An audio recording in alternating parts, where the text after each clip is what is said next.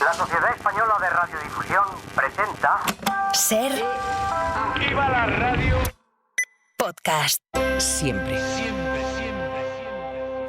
Estás escuchando el Abierto de Hoy por Hoy. Cada día analizamos las noticias más relevantes de la actualidad, las claves políticas, económicas y sociales, con las voces de los protagonistas y los distintos puntos de vista de nuestros tertulianos.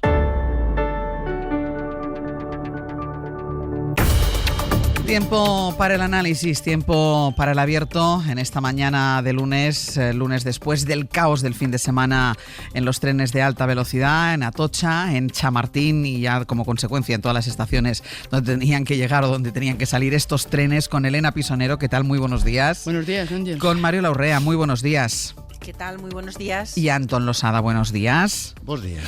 Pues vamos con la actualización de la situación en estas estaciones, porque esta mañana se lo estábamos contando desde primera hora y ayer lo hicieron los compañeros del fin de semana.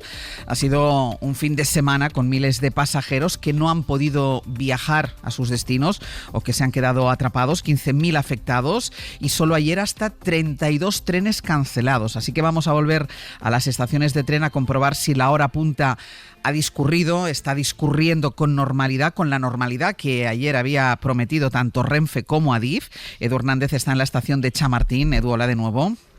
¿Qué tal, Ángel? Buenos días. De los trenes previstos para esta mañana, Edu, ¿han salido todos? ¿Hay retrasos? ¿Cómo está siendo la mañana? Bueno, de momento está saliendo todo según lo previsto y hay bastante normalidad. Esta mañana sí que hemos tenido problemas en el AVE a Murcia de las 6:15 y el AVE a Valencia de las 6:30. Ambos fueron reprogramados ayer por Renfe para salir desde Atocha, no de Chamartín. Renfe asegura haber avisado en hasta 3 ocasiones a los viajeros por los canales de comunicación, SMS, correo electrónico. Dicen que han mandado más de 121.000 mensajes durante el fin de semana para toda esta operativa de recolocación. Sobre el tren a Murcia, el de las 6:15, ha salido con unos 20 minutos de retraso. Había 192 viajeros en Atocha y 100 en Chamartín. A buena parte se les ha trasladado a Atocha y 40 se han quedado aquí para ser reubicados en el siguiente tren. En el caso del tren a Valencia, había 120 viajeros en Chamartín. La mitad, dice Renfe, han llegado a Atocha y el resto están esperando a ser reasignados en el siguiente tren. Esta es una semana que puede ser todavía complicada, con más retrasos, porque el tren sigue volcado en el túnel y no será retirado hasta el fin de semana que viene y se va a circular por una sola vía en ese túnel. Hablemos de ese tren, Edu, porque el caos empezó el sábado. Hubo 2 incidencias y la última, ese tren del que tú hablas, que volcó en un túnel, en una vía entre Chamartín, en el túnel entre Chamartín y Atocha, que de hecho, como dices, el tren sigue todavía allí. ¿Qué es exactamente lo que pasó y qué explicaciones se han dado? Bueno, todo esto tiene que ser investigado por la Agencia Estatal de Seguridad Ferroviaria, que es la autoridad competente en este tipo de cuestiones. Escuchábamos al ministro esta mañana que un descarrilamiento no es nada usual. De hecho, en los últimos años no hemos visto un aumento significativo de estos sucesos, según datos del Observatorio del Ministerio de Transportes. Lo que sabemos a esta hora y que está pendiente de comprobación técnica en la investigación es que se trataba de un tren, eso sí, que estaba haciendo una maniobra de acoplamiento, es decir, de unión a otro tren, porque estaba siendo remolcado. Ese túnel entre Atocha y Chamartín, el túnel del Chato, tiene una pendiente algo más pronunciada, por lo que se investiga si ese enganche, si ese acople se hizo bien, porque el tren bajó con más velocidad por esa pendiente y al entrar en una curva un poco más cerrada terminó volcando, terminó descarrilando. Repetimos, todo esto está bajo investigación. Edu, gracias. Hasta luego. Esto en Chamartín y la explicación de lo que pudo pasar en esa investigación que se va a hacer a partir de ahora sobre el descarrilamiento de ese tren que sigue a esta hora volcado en esa vía que une Atocha con Chamartín. Así que la otra estación a la que tenemos que ir es Atocha. Atocha conecta con prácticamente toda España y vio ya ayer cómo se iban acumulando miles de pasajeros en sus vestíbulos. Así que volvemos a Atocha. Bayola de nuevo. Hola Ángels, ¿qué tal? ¿Cuál es la imagen a esta hora, a las 8:34 de la mañana? Pues imagen de relativa normalidad, mucho más tranquila que a primera hora de la mañana, cuando veíamos a muchos pasajeros llegar al control de equipajes en la planta baja de esta estación de Atocha a toda prisa, prácticamente sin poder contener la respiración, porque llegaban habiéndose enterado minutos antes de que su tren, que partía de Chamartín, lo hacía ahora desde Atocha. Nada, venimos corriendo, que perdemos el tren, que veníamos de Chamartín y nos han mandado para aquí, para Atocha, sin aviso y sin nada. No has avisado. Aquí hemos llegado a las 6 y nos han dicho. Sin aviso, vamos de Chamartín. Tenemos el billete esta mañana a las 6:15. Pasa que desde Chamartín, no desde Atocha. Hemos llamado nosotros, estuviéramos aquí a la hora prevista. La protesta por no haber recibido información ni por SMS ni por WhatsApp se ha repetido una y otra vez. Decenas de pasajeros que nos hablaban de la confusión que vivían. También la confusión reinaba entre los propios trabajadores de Adif. Entre las 6:15 y entre las 6:30, el gato está que se enteraban sobre la marcha de que solamente los trenes de las 6:15 y las 6:30 serían los que se reubicaran de Chamartín aquí a esta estación de Atocha. La mayoría de los pasajeros han logrado tomar los trenes a tiempo, aunque ha habido casos como el de Manuel, que viajaba a Valencia en un tren que partía de Chamartín a las 7 de la mañana. Renfe dice, le había dicho que se viniera a Atocha, aunque su tren ha salido a tiempo desde la otra estación, desde Chamartín. Que he llamado a Renfe a las 6 de la mañana y me habían dicho que me viniera aquí a Atocha. Anoche llamé, me dijeron que me viniera a Atocha. Y ahora me dicen que los trenes de las 7 que sale a Chamartín. ¿Y va corriendo para Chamartín? No voy a corriendo a Chamartín, de un juicio que se va a suspender por los incompetentes de estos señores. Pues en ese caso Manuel va a perder ese juicio en Valencia, mientras que Laura, que viajaba hacia Albacete, se ha enterado minutos antes de que había perdido su conexión. Es de hoy, pero lo tenía saliendo de Chamartín y me acaban de avisar de que aquí yo creo que lo he perdido, pero... Vaya, no sé si me cogeré el coche o no lo sé. Tengo que ver. Así, con cierta resignación, los pasajeros que perdían sus trenes se dirigían hacia esta sección de atención al consumidor que tiene Renfe en el vestíbulo principal de la estación de Atocha. Aquí nos encontramos y hace unos minutos preguntábamos a una de las trabajadoras de la compañía si habían tenido muchas reclamaciones. Nos dice que han llegado unos cuantos pasajeros, la mayoría de ellos están siendo reubicados en otros trenes. Vaya, gracias. A ti. Ahora hablaremos de la situación de las infraestructuras porque vamos a hacer una fotografía con Javier Ruiz, pero yo como usuaria de tren habitualmente, casi todos los fines de semana, o por motivos personales o por motivos profesionales, yo creo que no hay nada peor, y nos íbamos mirando aquí, Elena y yo, no hay nada peor que la falta de información. Es decir, dice Renfe, sí, nosotros mandamos miles de WhatsApps y miles de SMS, pero lo cierto es que hay mucha gente que esta mañana se ha ido a Chamartín pensando que su tren salía de ahí, y una vez han llegado ahí le han dicho, no, su tren sale en Atocha, pero ustedes no me han avisado. Ah, sí, nosotros hemos avisado. Entonces, ¿no hay nada peor que la falta de información? Hombre, desde luego, de cara a afrontar un problema, digamos que la comunicación es esencial. Puedes contar con la buena fe de la gente, pero desde luego no puedes abusar hasta ese extremo, porque la gente realmente está afrontando problemas, como hemos escuchado de la crónica, muy relevantes, y yo creo que es obligatorio una adecuada comunicación del problema y la gestión concreta del problema en lo inmediato, como tú bien dices. Porque es que además esa información, Mariola, es lo que te permite tomar decisiones. Yo Claro. no sé, me quedo a pasar la noche en Madrid, me busco un coche de alquiler, pero Claro. necesitas saber. Sí, buscar alternativas, ¿no? Claro. Pero más allá de esta comunicación con el cliente, yo creo que también aquí necesitamos una explicación más coherente de qué es lo que está pasando, porque este es el último de los incidentes que estamos asistiendo, ¿vale? En esta ocasión ha habido un descarrilamiento y todo el mundo entiende que eso tiene unas consecuencias en retrasos y demás, pero es el último incidente. Entonces yo le he escuchado al ministro de Transportes en esta cadena hablar de la necesidad de acometer obras y además del esfuerzo que está haciendo Adif de hacerlas combinando con servicios sin cerrar servicios, ¿no? Pero hay quien también plantea dudas acerca de la saturación de nuestras infraestructuras por decisiones de liberalización que se han adoptado. Hay también planteamiento de priorización que se ha hecho en vías de AVE y quizá abandono de otros servicios, ¿no? De cercanías que necesitan un esfuerzo inversor muy potente. No sé, yo creo que necesitamos una explicación coherente. Se ha pedido la presencia del ministro en el Congreso y yo creo que es muy bueno que el ministro, que además tiene una capacidad explicativa sólida, que aborde en su integridad qué es lo que está ocurriendo, porque yo creo que eso sí que es una explicación en democracia razonable y también que le interesa darlo al titular de la competencia en este caso. Y hay una cosa que dices, es la última de las incidencias, que son muchas, y has puesto, y ahora Javier Ruiz después de la publicidad nos lo va a contar, pero lo que pasa, los usuarios de cercanías, que además son los que tienen habitualmente, pues eso, para ir a trabajar, te cuentan cada día miles de penurias en los cercanías de toda España, no hace falta de Madrid, puede ser de Valencia, puede ser el Rodalies de Barcelona, es decir, que las incidencias en cercanías son tremendas. Antón.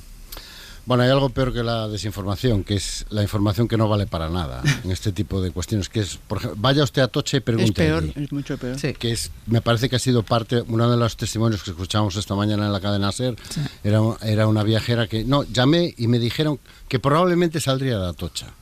Que es lo peor que te pueden decir, porque entonces ya no sabes qué hacer, si ir a Chamartín o ir a Atocha.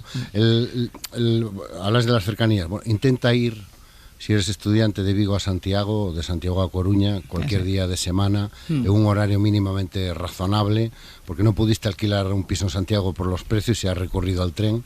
Intenta llegar a la hora a tu clase, ¿no? Tenemos múltiples problemas, pero yo creo que hay uno que es fácilmente gestionable, que es decir a la gente lo que está pasando y lo que tiene que hacer. Este accidente se produjo el sábado, si no estoy mal informado. Sí. Hoy es lunes. Hombre, yo creo que ha habido bastante tiempo para decirle a la gente lo que tenía que hacer. No son tantos viajeros, son muchos, pero no son tantos, son 15.000 viajeros. Supongo que no se habrán modificado todos los trenes. ¿A cuántos viajeros había que haber informado exactamente hoy de que tenían que ir de Atocha, de Chamartín a Atocha? 2 trenes, 500 personas. No hacían falta 15.000 WhatsApps. Con 500 WhatsApps... A las personas que tenían que coger esos trenes...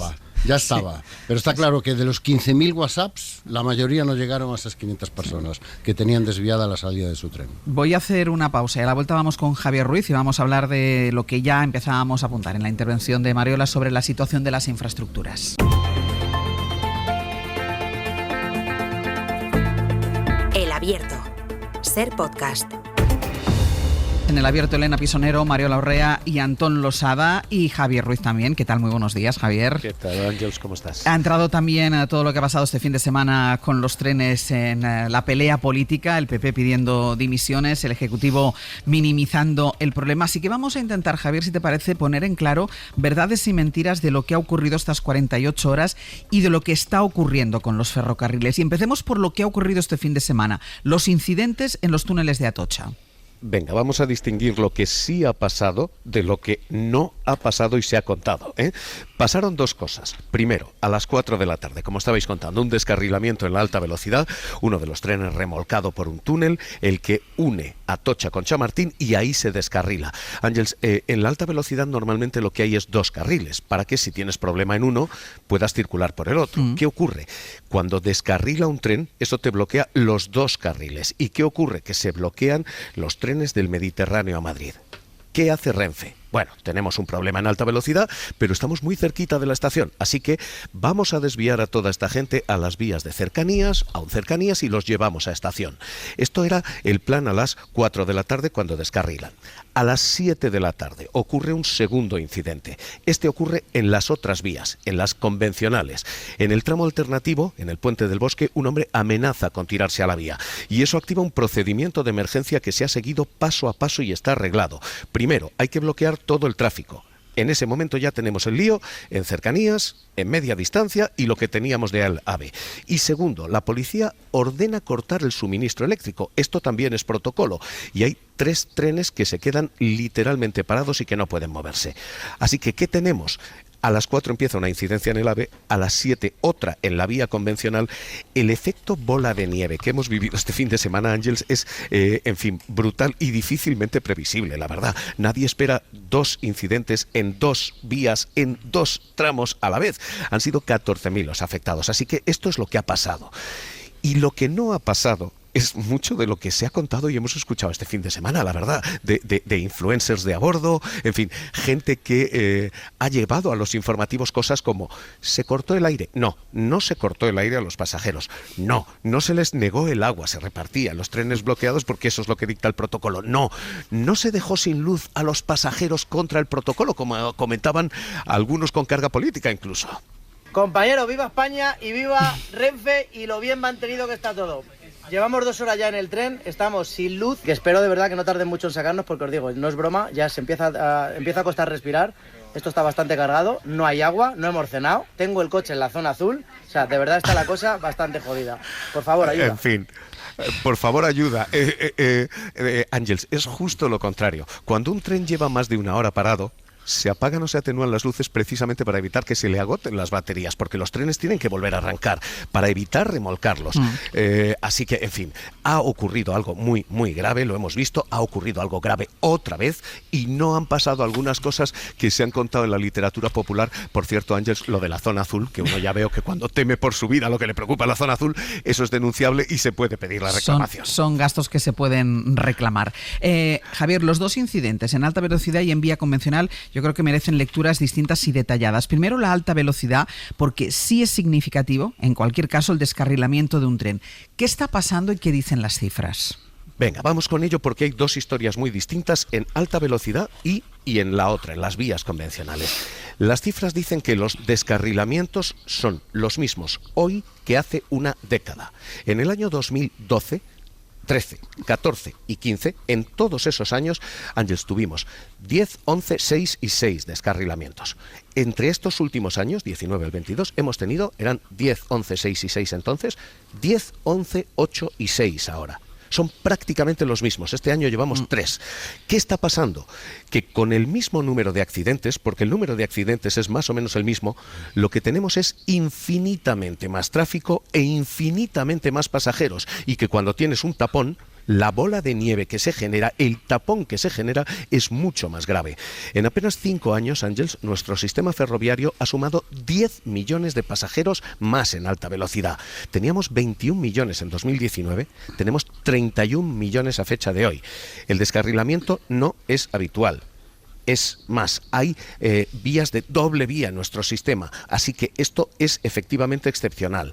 Lo que sí tenemos es más pasajeros, ya te digo, más frecuencias. Si en 2019 había 76 por sentido, hoy hay 118 y tenemos menos precios, 45% más baratos, pero cada vez que tenemos un problema, lo que tenemos es, no muchos, muchísimos más afectados. Esto en las vías de alta velocidad, pero en las otras vías, en las convencionales, en las que se registró ese intento de suicidio, las cifras cuentan una historia radicalmente distinta.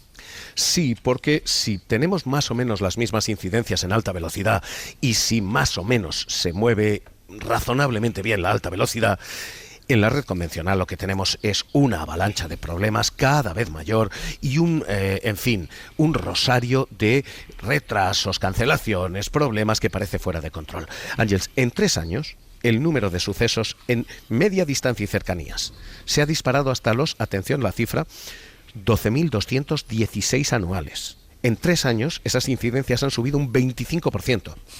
Si haces matemáticas rápidas, 12.200 incidentes anuales son 33 incidencias al día. Esto es lo que tenemos en media distancia y en cercanías.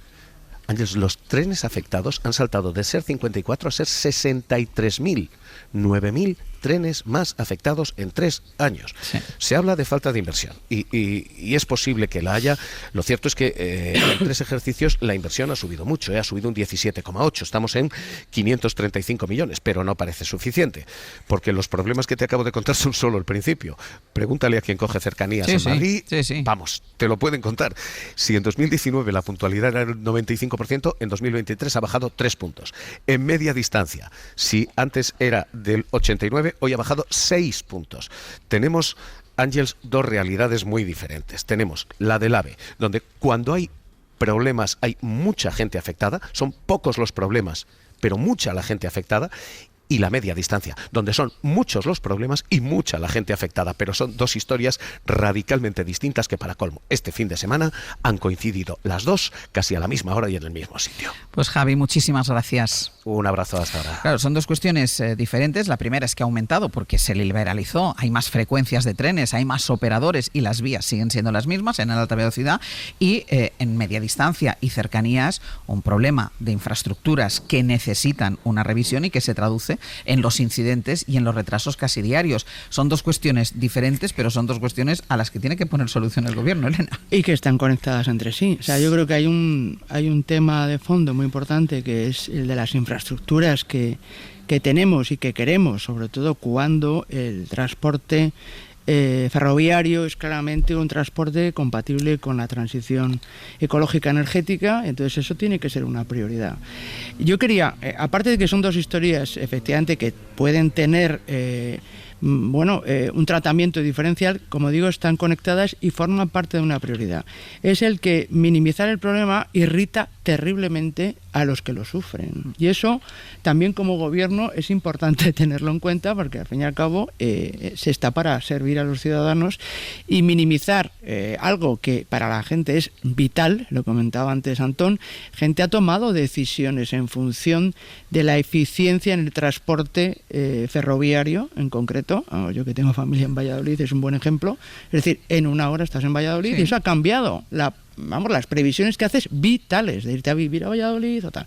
Entonces, digamos que eso es muy relevante para muchas personas, como también decía Javier. Es decir, hay muchas más personas afectadas por esto. Por lo tanto, yo de entrada diría que minimizar no es bueno, porque irrita más. Por eso la comunicación, como tú decías, claro, es muy importante en lo inmediato, y es verdad, como decía Mariola, hagamos un análisis completo del tema en el que Javier ha empezado a apuntar una serie de elementos en las que, hombre, yo no echaría la culpa a la liberalización. La liberalización lo que te está ofreciendo es una mayor frecuencia porque hay una mayor demanda. Y además está permitiendo que haya una mayor demanda que se satisface a menor precio. Si tuviéramos los mismos trenes de antes, seguiría siendo carísimo y no estaría cubriendo toda la demanda. El problema es cómo gestionas las infraestructuras y no el operador en sí que está sobre esa infraestructura. Yo creo que hay que hacer una revisión completa de las infraestructuras en función de lo que estamos diciendo.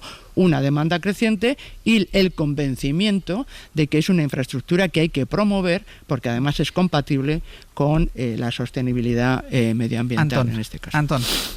Hoy el Consejo de Talgo va a aprobar iniciar las negociaciones con Sidenor para ver si hay una venta total o parcial, ¿no? Y cuando hablamos de infraestructuras a veces se nos olvida que por esas vías van máquinas. Por ejemplo, aquí en Galicia el tren de alta velocidad, que en realidad llega hasta Ourense, iban a entrar en funcionamiento hace ya meses unas nuevas máquinas, ¿no? Los famosos trenes Abril, que se retrasaron durante varios meses, durante un par de años, precisamente porque Talgo en este momento, que es el principal suministrador ferroviario que tenemos en España, no tiene ni capacidad financiera ni capacidad técnica para hacer frente a la enorme demanda de modernización de nuestro parque ferroviario. Entonces, sabemos, la situación es tan paradójica como se tiene el dinero para comprar los vagones, para que la gente nos entienda, pero no hay vagones. O no se producen a la suficiente velocidad, ¿no? Ese es un elemento que no tiene fácil corrección. No se corrige en 6 meses, ni en 2 años, ni en 3 años. Y especialmente con las dificultades que hemos visto para todo lo que sucede en torno a Talgo, el intento del gobierno húngaro de hacerse con Talgo. Ese es un elemento. El otro elemento es que a lo mejor durante la pandemia nos vinimos un poco arriba, animando a la gente a viajar en tren, cuando no teníamos la red preparada para soportar esta demanda de tren que tenemos en este momento. Y ahora parece que vamos a ir en la dirección contraria. El ministro ya anticipó hace unas semanas que, bueno, a lo mejor era el momento de empezar a retirar las ayudas y las subvenciones que hacen que mucha gente le salga más a cuenta, pues estudiar en Santiago y vivir en Coruña que alquilarse un piso en Santiago. Primero les animamos a ir en tren y ahora que van en tren les decimos, los desanimamos, ¿no? Y hay un tercer elemento muy rápidamente que me parece que es relevante, que tiene que ver con la gestión de Adif. O sea, no es casualidad que hace 3 semanas, más o menos, se cortara la cabeza del gestor de Adif. Es decir, algo no debe haberse gestionado del todo bien en el gestor de infraestructuras ferroviarias, no en los últimos meses, sino en los últimos años, y ni siquiera con este gobierno, probablemente también con los gobiernos anteriores.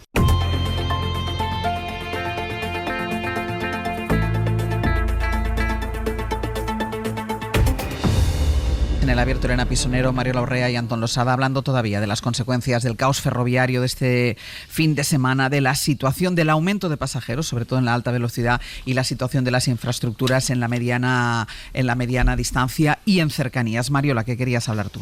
Sí, decía que todo lo que hemos expuesto en nuestras intervenciones hasta ahora evidencian que el problema que se deduce, una parte puede ser real, otra parte puede ser percibido como tal en todo lo que tiene que ver con la movilidad en tren en España, tiene un origen multifactorial y vale la pena desgranar todos y cada uno de los elementos que influyen en una realidad y en una percepción, porque las soluciones son muy distintas.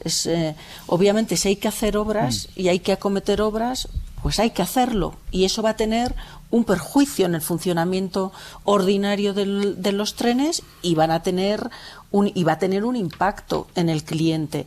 Si el número de pasajeros en AVE se ha incrementado, aunque no se incrementen los problemas con esta velocidad alta o alta velocidad, pues obviamente el número de clientes insatisfechos ha aumentado. Sí. Y desde luego lo que sí que es evidente es que hay un abandono, ha habido un abandono de cercanías porque ha habido una prioridad política en la alta velocidad en España en los últimos años, y acometer una reforma potente en cercanías y media distancia como la que seguramente necesitamos, eso nos va a llevar no solo muchos recursos económicos, que por supuesto, pero nos va a llevar también muchas obras y a su vez muchos inconvenientes también para clientes. En definitiva, que vale la pena una labor explicativa política de quien tiene ahora la titularidad de esta competencia, porque esto no se soluciona de hoy para mañana. Sí. Pues, ¿qué ibas a decir? No, que sí. Vale, pues voy a cambiar de asunto. Ya dejamos el tema de las infraestructuras, porque además hay novedad, lo ha contado Sastre ahora en el boletín, y es la decisión de Ayuso de no ir a la reunión prevista para el viernes con el presidente del gobierno. Pero antes, por empezar cronológicamente, lo que ha pasado el fin de semana ha sido manifestación contra el gobierno con presencia de miembros del Partido Popular, después de aquellas que convocó el propio PP, una marcha que exigía al gobierno de Pedro Sánchez, que exigía directamente a Pedro Sánchez su dimisión. Mariela Rubio, buenos días. Hola de nuevo, Ángeles. Y es que forma parte de la estrategia del Partido Popular, que es, como ya llevamos días contando, atacar en todos los frentes. Y eso es lo que va a marcar la semana, ¿no? La consigna de que cada uno haga lo que pueda para tumbar al gobierno. Apretando sobre todo con el caso Koldo y con todas sus derivadas, pase lo que pase, incluso si, como ya descuentan muchos en el partido, se termina archivando la querella que presentaron contra el PSOE por financiación ilegal. En la dirección preparan a los suyos para este revés, diciendo que aunque se archive esta querella, por lo menos habrán conseguido amplificar las informaciones periodísticas en las que basaron su denuncia, y añaden que el PSOE no estará en condiciones de decir nada cuando a Sánchez le ha tumbado su querella contra el juez Peinado. Hablaba así ayer la vicesecretaria Carmen Funes. Los españoles estamos cansados de la corrupción. Y es que el gobierno de España no está haciendo otra cosa que atacar a la justicia, que atacar y perseguir a los jueces que están investigando a su entorno, que están investigando a su familia, a su partido y a su gobierno. En este marco, Génova anuncia que el control del miércoles en el Congreso va a ser un monográfico sobre corrupción del PSOE. Y aunque Sánchez no va a asistir por encontrarse fuera del país, el PP va a centrar la totalidad de sus preguntas al gobierno en el caso Koldo, la imputación del fiscal general y en la esposa y el hermano del presidente. Interpelarán también a Bolaños ese día después del control, y el jueves Marlaska comparecerá en la Comisión de Investigación del Senado. Mientras tanto, Ángels, en la Dirección Nacional, quieren dar carpetazo ya al terremoto interno que generó el error de la votación de los presos etarras, y aquí Ayuso va a echar una mano hoy a Feijóo. La presidenta madrileña ha invitado a Miguel Tellado, muy cuestionado, recordamos internamente, por ese error, a tomar la palabra en el Comité Ejecutivo del PP de Madrid. Mariela, gracias. A vosotros. Bueno, pues en este contexto, con este marco, es cuando hemos sabido, hace tan solo unos minutos, que Isabel Díaz Ayuso le va a dar plantón a Pedro Sánchez y no va a ir a la convocatoria, a la reunión a la que sí están acudiendo el resto de presidentes autonómicos del Partido Popular. Recuerden que cuando anunció el presidente del gobierno que iba a hacer esa ronda de reuniones con los presidentes autonómicos, Isabel Díaz Ayuso dijo que los del PP mejor que no fueran. Bueno, prácticamente todos se han desmarcado de esa primera instrucción que dio la presidenta madrileña, y ahora al final la única que no va a ir va a ser ella. Javier Alonso, buenos días. Buenos días, Ángel. Sí, Ayuso mantiene su intención, ha anunciado vía comunicado, como decías, minutos antes de las 9 de la mañana, que no va a ir a esa cita por dos motivos. El primero, según dice en su nota, es que Pedro Sánchez ya ha pactado lo que llama la ruptura de la Hacienda Común, algo que en su escrito define como letal para el Estado de Derecho, la unidad de España y la solidaridad entre regiones. una política de hechos consumados. Añade que no se puede naturalizar. El otro motivo que da el comunicado de la presidenta es que Pedro Sánchez asegura la difamó el día antes de cursar esta invitación. Recordamos que Moncloa la envió a Sol el día 18 de este mes y el encuentro estaba previsto justo para una semana después, para este próximo viernes. Ese día Ayuso anuncia que seguirá con su agenda, que otra vez la va a llevar fuera de la Comunidad de Madrid. Tiene previstos varios actos en Porriño, en Pontevedra. Javier, gracias. A vosotros. Antón, al final Isabel Díaz Ayuso no va a ir a ver al presidente del gobierno. Sí, da dos razones que son peculiares, cuando menos desde el punto de vista institucional, ¿no? Una es de tipo personal, lo cual implica una cierta confusión entre la persona y la institución, y la otra perjuzga el contenido de la reunión. Yo no sé, yo creo que cuando eres presidente de una comunidad autónoma y te llama el presidente del gobierno del Estado, pues se acude. Por una mínima cortesía parlamentaria, segundo, por la dimensión institucional del cargo que ocupas, y tercero, por lo que se pueda conseguir que sea bueno para tu comunidad y para los ciudadanos a los que tú representas en esa reunión. Es decir, yo creo que el trabajo de las personas que están al frente de las instituciones es no perder nunca de vista la dimensión institucional y darse cuenta de que son presidentes o presidentas de todos. Los que les votaron, los que no, los de izquierda, los de derecha, los altos, los bajos, los flacos y los delgados, ¿no? O los gordos.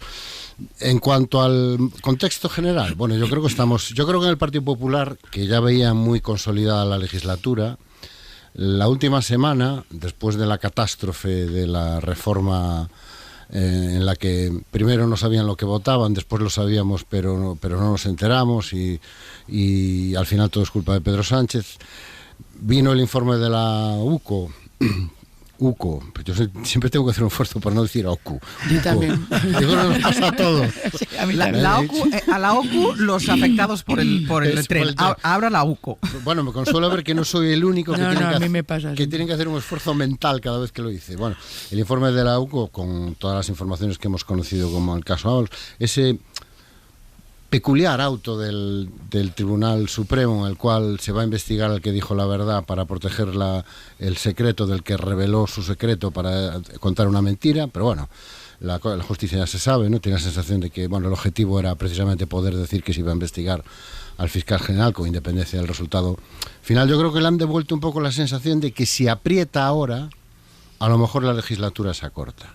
Que estamos en un momento en el cual los presupuestos se están negociando al límite, ya sabemos que no va a ser este año, pero sí hay la aspiración, parece bastante fundada, del gobierno de poder aprobarlos en el primer trimestre del año siguiente y que por lo tanto puedan estar en vigor en el año en curso, aunque sea con retraso. Incluso lo cree Bendodo, acuérdate, Antón. Que a puerta cerrada sí lo dijo, a cargos municipales. Sí, pero lo dijo en el contexto de esta semana en la que todo parecía que iba mal para el PP y de repente todo parece que le va mal al gobierno, que por cierto está en racha, ¿no? Yo creo que el gobierno necesita conseguir algún éxito pronto para romper con esta sensación de que todo le sale mal, cuando no es así la realidad, pero estamos siempre en las percepciones y la realidad, ¿no?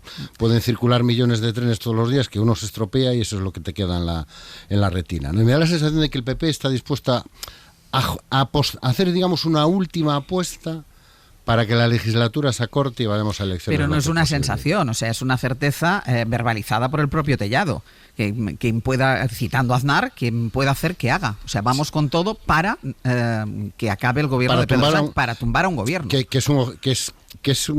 Solo la manera de verbalizarlo es inquietante. A mí me recuerda mucho, yo este fin de semana he tenido un fin de semana un poco nostálgico, me recuerda un poco a aquellas cosas que se decían, por ejemplo, en el 94, no sé si os acordáis, ¿no? Cuando Ansón, por ejemplo, en una entrevista en El País, decía que, bueno, se rozó la estabilidad del Estado porque había que echar a Felipe González como fuera.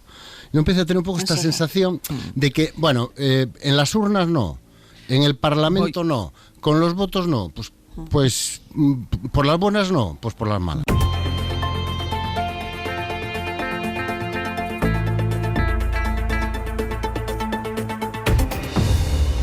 en El Abierto, Elena Pisonero, María Larrea y Antón Losada. Primera reacción del Gobierno al anuncio hecho por la Comunidad de Madrid de la ausencia de su presidenta, de la no asistencia a la reunión, a la convocatoria del presidente del Gobierno, Pedro Sánchez. Es Óscar López quien ha reaccionado, ministro de Transformación Digital y Función Pública en Televisión Española. Es la única presidenta, la única, que no es capaz de mantener un mínimo respeto institucional, un mínimo respeto a sí misma, al cargo que representa, porque es la presidenta de la Comunidad de Madrid y por lo tanto tiene la obligación de acudir cuando le llama al presidente del Gobierno.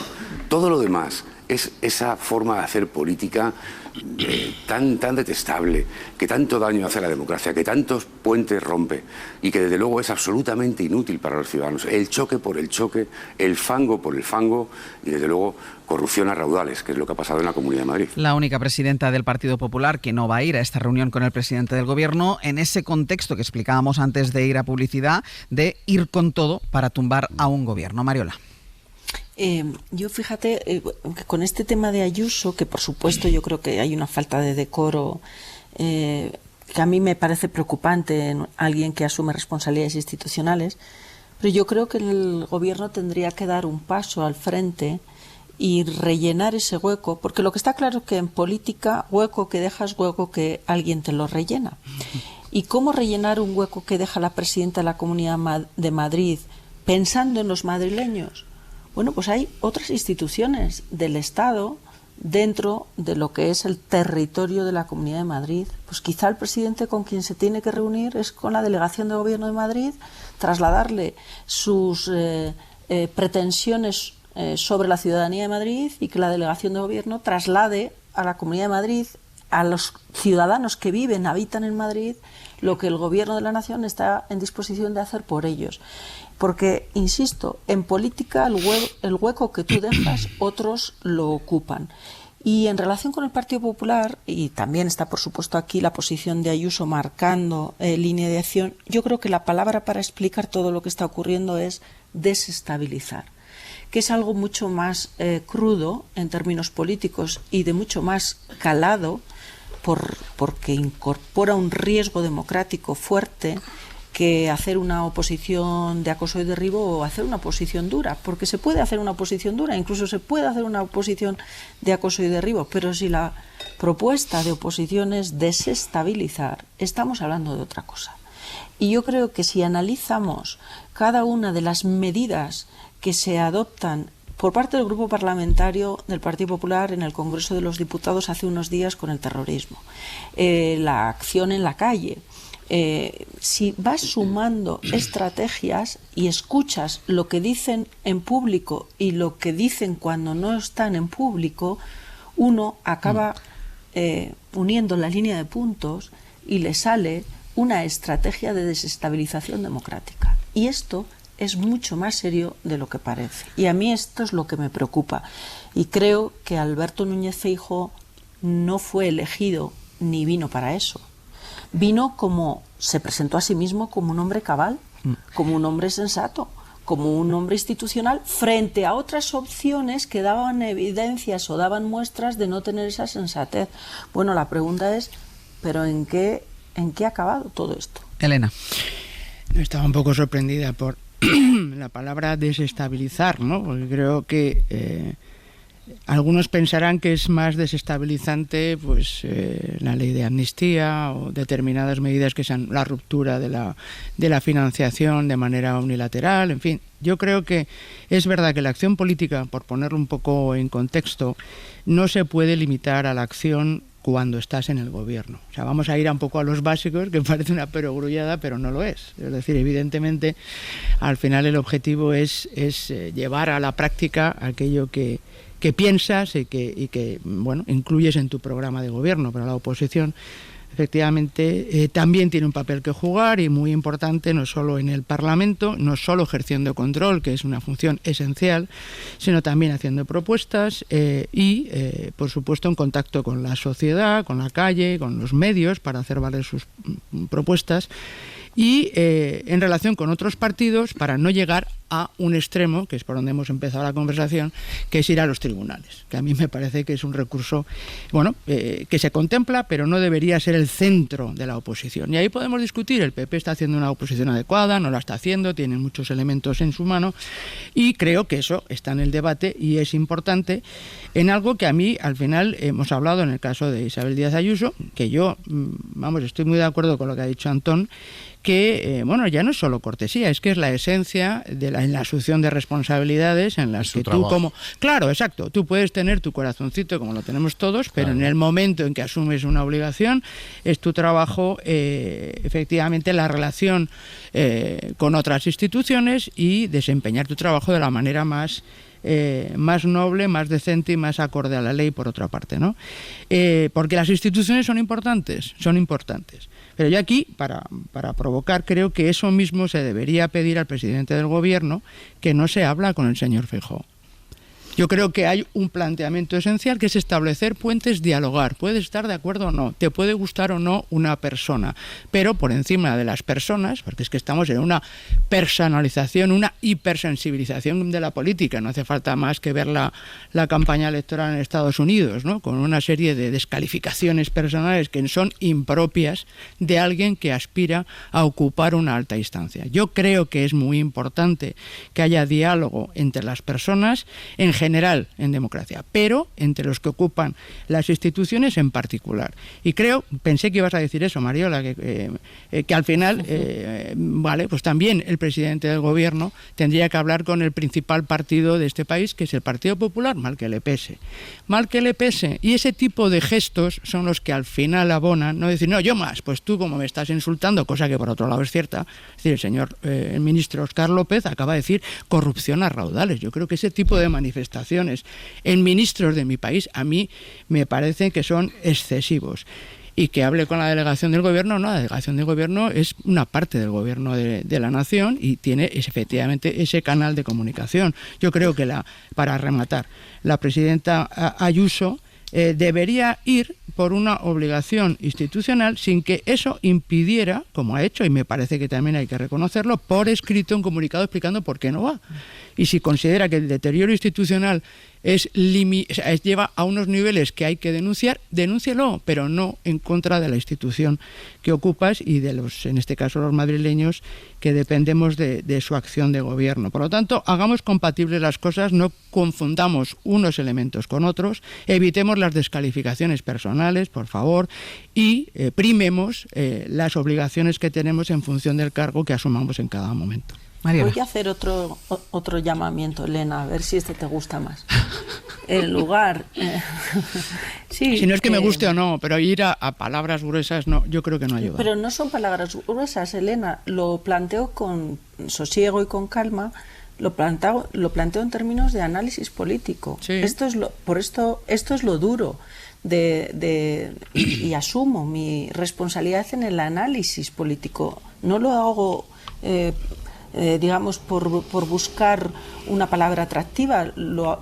Utilizo la palabra desestabilizar como descripción de una estrategia política que creo que podemos llegar a esta conclusión a la vista de los elementos que venimos observando en los últimos tiempos. Y lo digo con preocupación, porque yo soy de las que creo, como creo que todos los que estamos en esta mesa, que el gobierno es mejor cuando tiene enfrente a una oposición buena.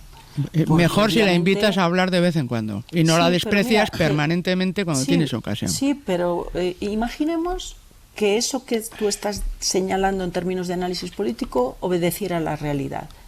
Eso no le quita responsabilidad al líder de la oposición a hacer su papel como líder de la oposición, porque si no entramos como tú no sé qué, yo tampoco no sé qué, y entonces el deterioro es de una magnitud irreversible. Pero al llamado que yo iba, también un poco en tono de provocaciones, bueno, si no va la señora Ayuso a la reunión, ¿por qué no dice el líder del partido y líder de la oposición, bueno, pues para defender la tesis de los madrileños, voy yo? Déjame que en este punto nos recordaba Guillermo Lerma la entrevista a Alberto Núñez Feijóo de hace unos días, ¿no? 7 de septiembre. Del 7 de septiembre, mira. Del 7 de septiembre, el día de mi cumpleaños.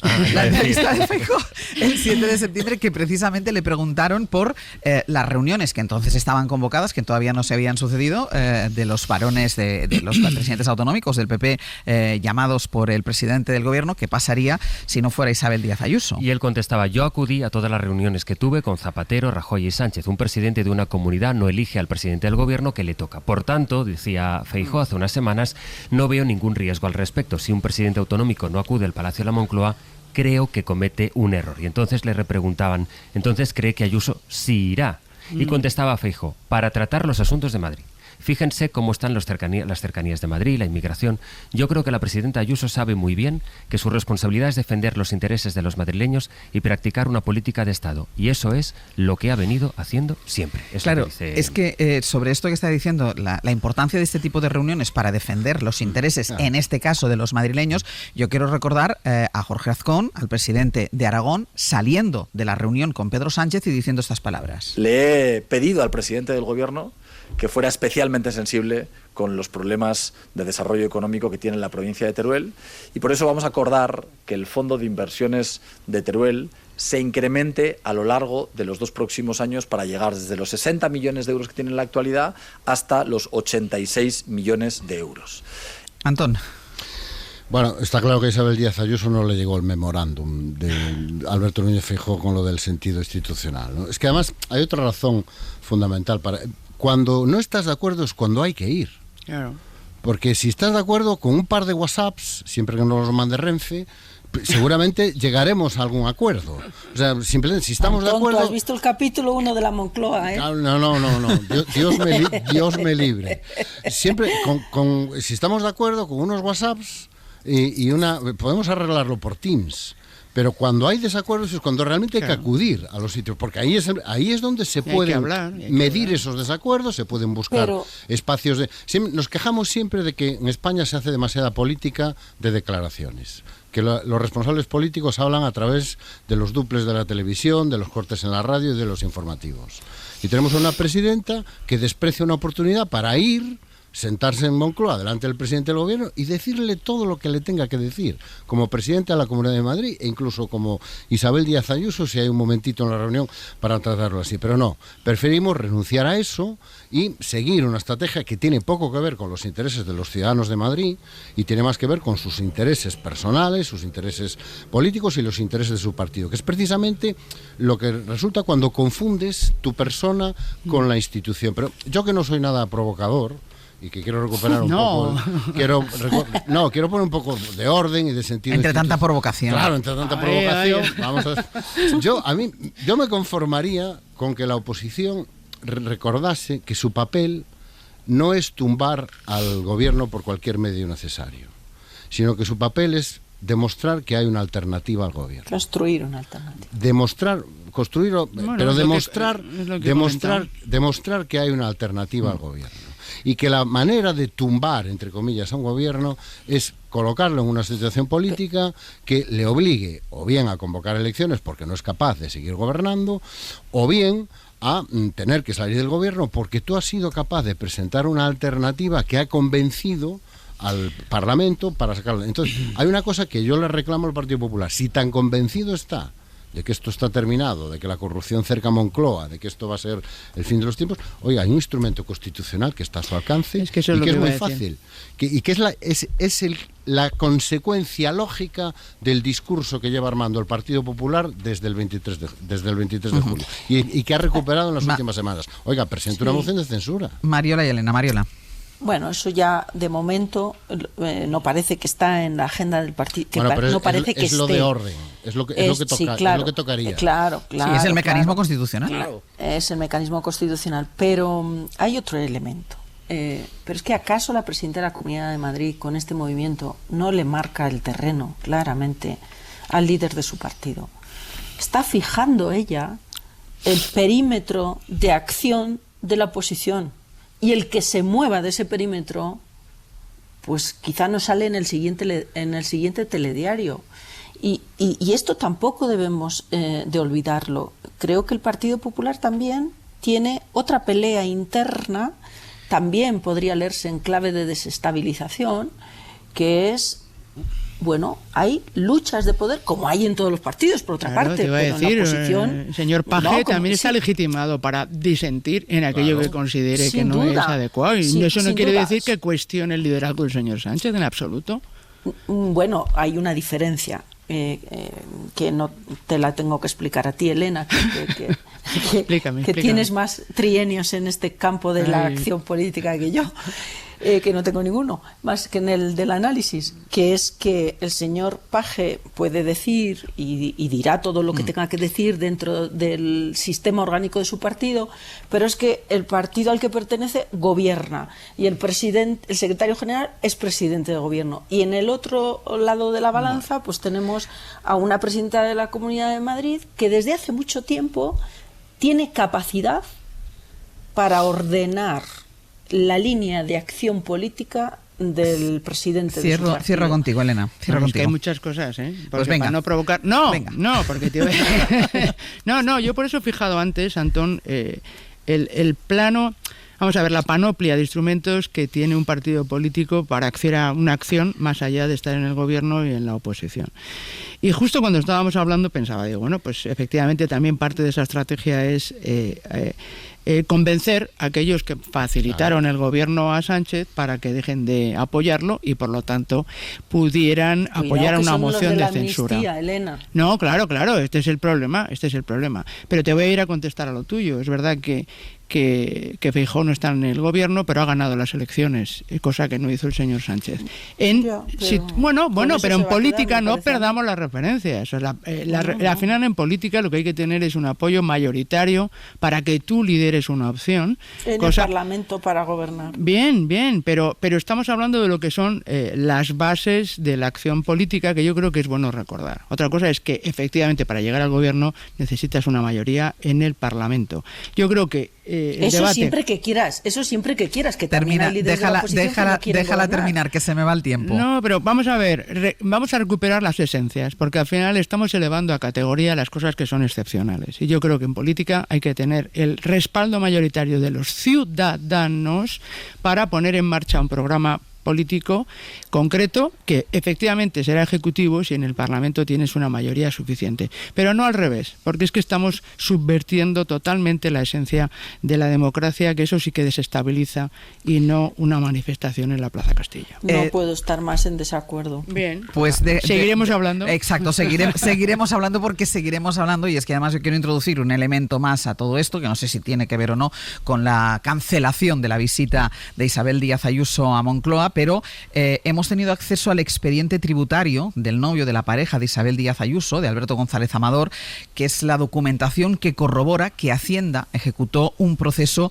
con todas las garantías. Se reunió con su representante legal hasta en 17 ocasiones para que la pareja de Díaz Ayuso pudiera explicarse. Miguel Ángel Campos, buenos días. Hola, buenos días, Ángel. Claro, 17 veces reunidos con los representantes legales de Alberto González Amador, que es algo que no tiene nada que ver con esas afirmaciones de la presidenta madrileña que hablaba de ilegal y salvaje la inspección tributaria. Tal cual, 17 reuniones en las que mantienen los inspectores de la agencia tributaria desde mayo del 22, cuando detectan el posible fraude, hasta septiembre del 23, cuando deciden denunciar penalmente a Alberto González por 2 delitos fiscales y falsedad en documento ante la falta de explicaciones coherentes sobre el ingreso de 2,3 millones de euros en 2020. Reuniones en las que una y otra vez el representante legal de Alberto González no responde de forma completa a los requerimientos de la agencia tributaria y pide varios aplazamientos para recopilar documentación. Aplazamientos que supuestamente Ángels utiliza para fabricar esa documentación. Ayuso, en su comparecencia el pasado 13 de marzo, cuando estalló el escándalo, aseguró que Alberto González estaba siendo asediado por todo el poder del Estado porque era su pareja. Pero la inspección de Hacienda ejecutada durante 18 meses demuestra que por aquel entonces los inspectores ni siquiera sabían que Alberto González era pareja de Ayuso y que fue llevada a cabo con todas las garantías, informando al novio de Ayuso de cada paso que se iba dando en la inspección. La presidenta madrileña afirmó afirmó aquel día que su novio estaba sufriendo una inspección salvaje que se había sacado de quicio, pero pocas veces se observa a los inspectores tributarios dar tantas oportunidades para explicarse a un obligado tributario. Ayuso también mintió en aquella comparecencia cuando afirmó que su novio no solo no le debía nada a Hacienda, sino que era la agencia tributaria quien le debía 600.000 euros. La documentación evidencia el fraude. El propio novio lo reconoce y aquella supuesta deuda de 600.000 euros no era más que un intento de Alberto González de pagar fuera de plazo la deuda contraída cuando ya se había abierto la inspección. Claro, con esto que dices, toda esa documentación que presentó Alberto González en aquellas reuniones con Hacienda fue determinante para que la agencia tributaria acabara denunciándolo por 2 delitos fiscales y falsedad en documento. Y lo que se desprende, Campos, de todo esto es que la pareja de Ayuso fabricó facturas para intentar justificar el fraude y al final acabó reconociendo esos delitos. Sí, Alberto González inundó a la agencia tributaria con facturas supuestamente fraudulentas como los más de 600.000 euros con una empresa mexicana de alimentación o los más de 900.000 por un negocio fallido de venta de vacunas a Costa de Marfil, así como el empleo de un grupo de empresarios andaluces, la mayoría tratantes de ganado, para fabricar facturas falsas. La inspectora de Hacienda realiza un trabajo minucioso, contacta con las autoridades fiscales de esos países, entrevista a las personas con las que Alberto González dice tener negocios, viaja a Sevilla donde, para su sorpresa, no encuentra a las empresas donde Alberto González dice que se encontraban. No existían. La labor investigadora de los inspectores de Hacienda no deja cabo suelto para otoño de 2023. El novio de Ayuso acaba reconociendo a los inspectores su error y trata de pagar para evitar el juicio. Finalmente, su abogado lo reconoce al fiscal. Ciertamente se han cometido 2 delitos fiscales, dice el letrado, y se compromete a pagar 525.000 euros por el fraude de 350.000 y a asumir una condena de 8 meses de cárcel. El expediente Ángels, por último, evidencia un hecho. ¿Cuál fue el motivo de la inspección de Hacienda que ha acabado acusando al novio de Ayuso? No fue que fuera su pareja, sino que Alberto González pasa de facturar poco más de 300.000 euros en 2018, 2019, a 2.300.000 en 2020, con una empresa sin empleados. Eso dispara las alarmas en la agencia tributaria y provoca que se inicie la labor inspectora. Campos, gracias. A ti, buenos días. En el abierto, Elena Pisonero, María Larrea y Antón Losada. Y hoy una última información de la que quiero hablar, que hemos encontrado esta mañana en El País. Las futbolistas sí se plantan ante Arabia.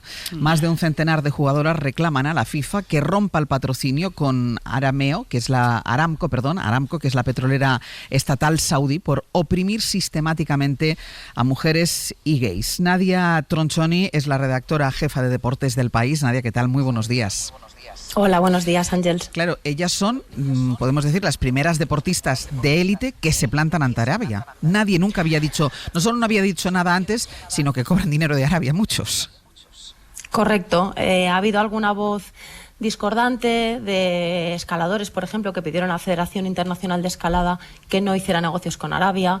La de Tony Cross, por ejemplo, ¿no? Que cuando fue a jugar la Supercopa allí recibió una sonora pitada porque ya había dicho que él no consideraba acabar su carrera allí, que le parecía una vergüenza, pero no habíamos visto un movimiento colectivo de este tipo hasta ahora y ni mucho menos una carta oficial, bueno, en las que realmente se la juegan un poco porque le piden a la FIFA que rompa ese contrato con Aramco, que pasará a ser patrocinador mundial de la Federación Internacional de Fútbol hasta 2027, con lo que patrocinaría el Mundial masculino del 2026 y el femenino de 2027. Son jugadoras, Nadia, de todo el mundo. Son jugadoras de hasta 24 países diferentes, en activos, y muchas de ellas internacionales.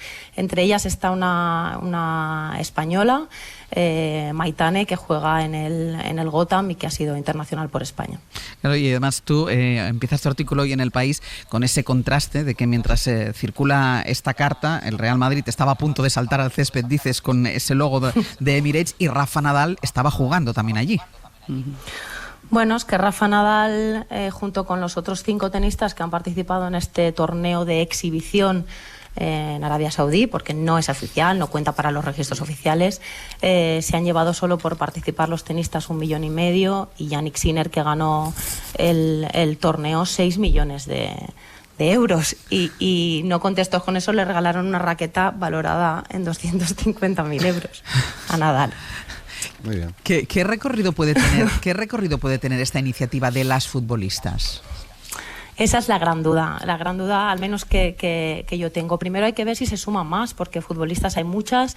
Entendemos que han hecho este movimiento con bastante silencio para no recibir presiones. Se nos pidió que no consultáramos a la FIFA hasta 24 horas antes de la publicación, porque eran conscientes del impacto que podía tener.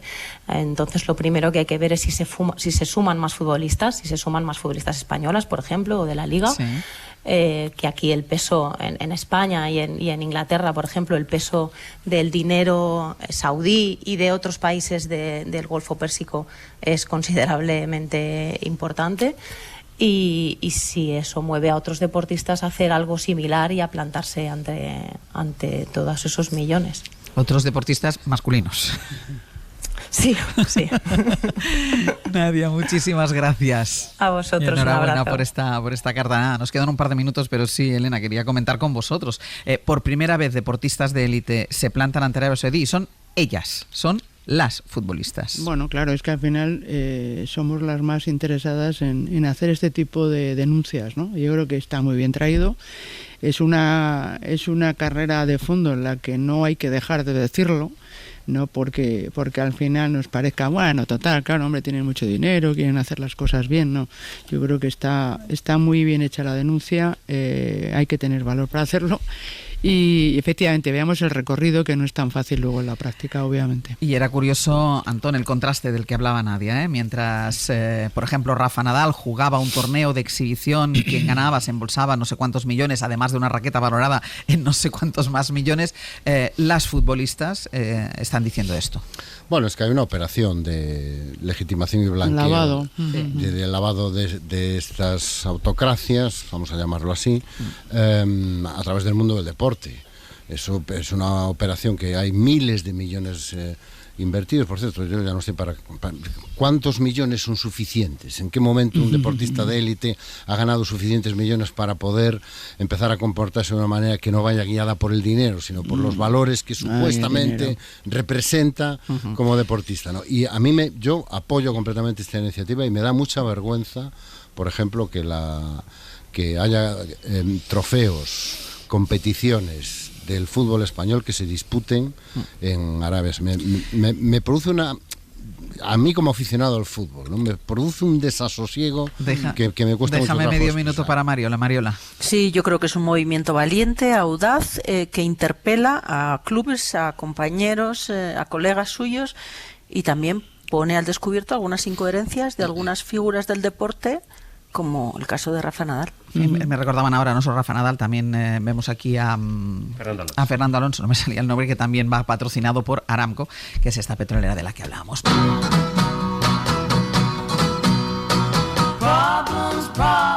Problems all day long. Will my problems work out right or wrong? Vamos a ir terminando ya el abierto. Sergio Castro, Pepe Rubio, buenos días. Buenos días. Terminamos el abierto y abrimos la segunda parte del programa. ¿Con qué? Y damos paso a todas sus dudas, a todas sus gestiones por hacer, a cómo avanzar en el protocolo de cómo actuar en la vida con Bob Pop. En el 900-100-800 ya pueden dejar todas sus dudas, incertidumbres, pues esas gestiones que quieran que Bob les ayude a hacer. Bob es como un gestor de Hacienda. Uno tiene un problema, lo lanza y ya le ordena la vida y todo fenomenal. No sé si le habrá gustado esta comparación. Bueno, luego se lo pregunto. Bueno, 900-100-800 para que no sea el gestor del novio de Ayuso. 900-100-800 para consultarle, para preguntarle, para transmitirle cualquier inquietud que ustedes tengan a Bob Pop. 900-100-800. Vale, eso por un lado. Después tenemos la dupla con Rafa Cabeleira y Galde Reguera. La semana que viene, bien lo sabe Antón, a las 9 de la noche el Barcelona visitará el Santiago Bernabéu. Será el primer partido de esta temporada en Liga. ¿Y estáis nerviosos? Todo apunta a que el Barça viene muy bien. Viene muy tensión, bien. Hay tensión. Bueno, vamos a ver qué pasa. Hay preocupación. Hay preocupación. He testado el madridismo. Hay preocupación. El madridismo está inquieto. El madridismo está nervioso. Hay preocupación en la estrella de la muerte. Vale. Por lo demás, y además de eso hablaremos un poco de si en el fútbol actual, con todos los medios que existen, se protege a las verdaderas estrellas de los equipos como se debería. Ese es el debate que dejamos también abierto. Vale, esto con la dupla. ¿Qué más? Bueno, Pablo Ortiz de Zárate el Artesano trae un tema y es que me persiguen últimamente los besos, Ángel, fíjate. Bueno. el beso Es más que famoso. esto, los que no estuvisteis en Valencia os lo perdisteis. Sí. Le persiguió un beso. Todo el público besando a Pepe Rubio. Pero bueno. No te mereces menos. Ahora Ya, te voy a pues, besar yo. Tremendo. Bueno, pues el beso más famoso de la historia del arte, el beso de Gustav Klimt. De Gustav Klimt. Después del tuyo, claro. Y en Mitos En Palencia. 2.0, temazo porque nos afecta a todo. Hay más días de la semana que posibilidades de menú para la cena. O sea, que es, ¿qué Totalmente. hacemos? La pregunta Claro. es ¿qué hacemos esta noche para cenar? Exactamente, a las 8 de la tarde se nubla la mente, Sí. vivas solo, vivas con familia, Total. vivas en pareja. ¿Qué, se nubla. ¿qué hay una cenamos palabra. ¿Qué cenamos hoy? ¿Qué cenó hoy? Claro, ¿qué Hay palabra? yogur. Yogur. Yo ayuno. Pero eso no vale. No, porque además si tienes niños y eso no puedes hacerles un yogur, tendrás que darles algo de alimento a las criaturas. Yogur. Claro, no. Yogur. Una latilla de Una atún. manzana.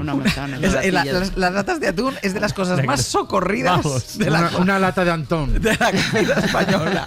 Bueno, Elena Pisonero, Mario Laurrea, Antón Losada. Hasta la semana que viene. Buena semana. Venga, un beso. Buenos días. Para no perderte ningún episodio, síguenos en la aplicación o la web de la SER, Podium Podcast o tu plataforma de audio favorita.